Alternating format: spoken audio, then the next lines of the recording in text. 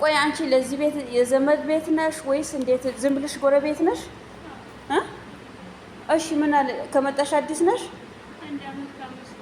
እዚህ ቤት የትኛው ቤት? ይሄኛው ቤት? አሁን እዚህ ቤት እንዴት ገባሽ? በሩ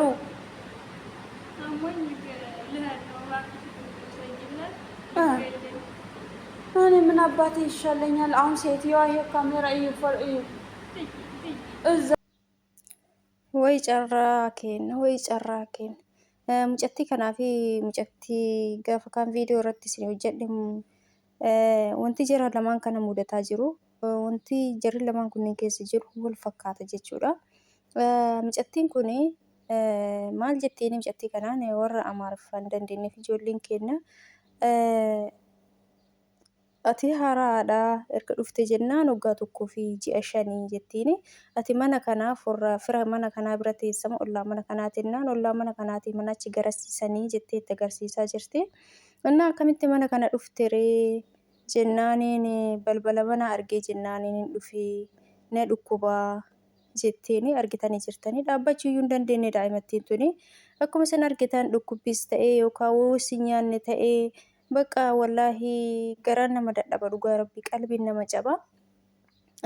kaameraan as jira anamma madaamiti yana agarti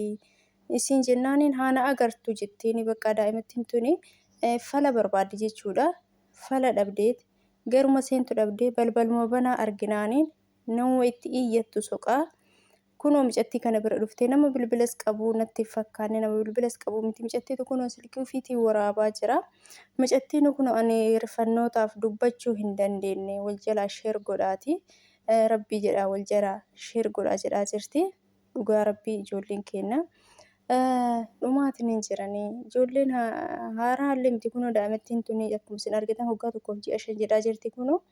waan isin mudate kaa rakkoo isin himanne maal keessa akka jirtusi akkuma isin argitan ka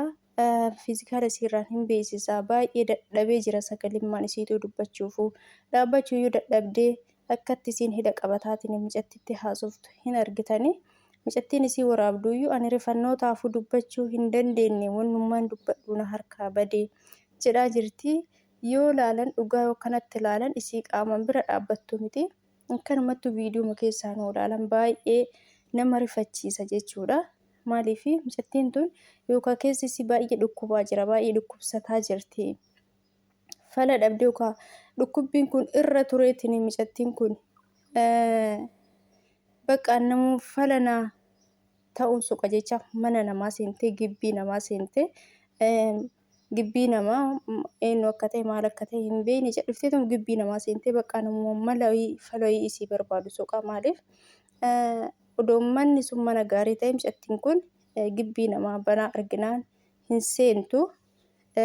rakkoo qabdi mucattiin tun jechuudha mana san keessatti akkasiin rakkatteedha kan mul'isu obboleeyyan kiyya dhugaa rabbii waan akkanaa kana yoo agartan odoo sheer walii gootanii ijoollee kanaa kanneen gargaartanii akka isaan gargaaraman yoo isin wal jalaa sheer gootan namoonni nama gargaaruu danda'an arganiitiin namoota akkanaa kanneen ijoollee akkana miidhamaa jiran kanneen gargaaruu danda'an jechuudha. Mucattiin kun dhukkubsattee jirti hin argitanii na dhukkubi jedhaarti kun afaanuma isiirraan hidhiin isii goggogee akka nama bishaanis hin dhugine akka nama dhukkubbiidhaan bakka miidhame hin jiraame namni fala dhabe wayii bakka maal jedhanii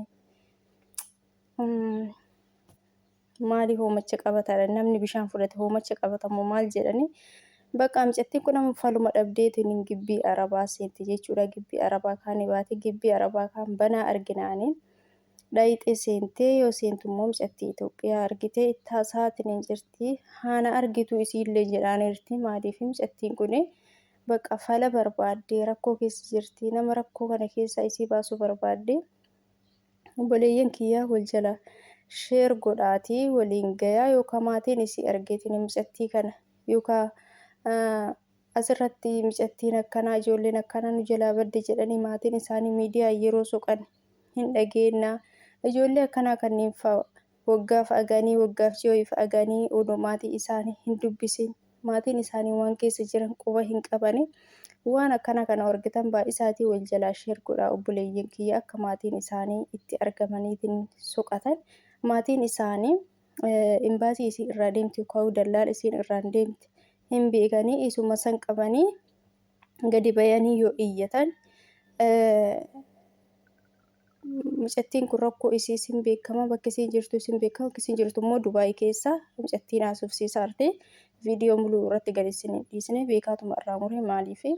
yuutuubiin keesseera yuutuubiin gunna waan ta'eef na adabuu danda'a akkas isin jedha obboleeyyan kiyyaa mee akka carraa ta'ee firri isii maatii isii ollaa isii ta'es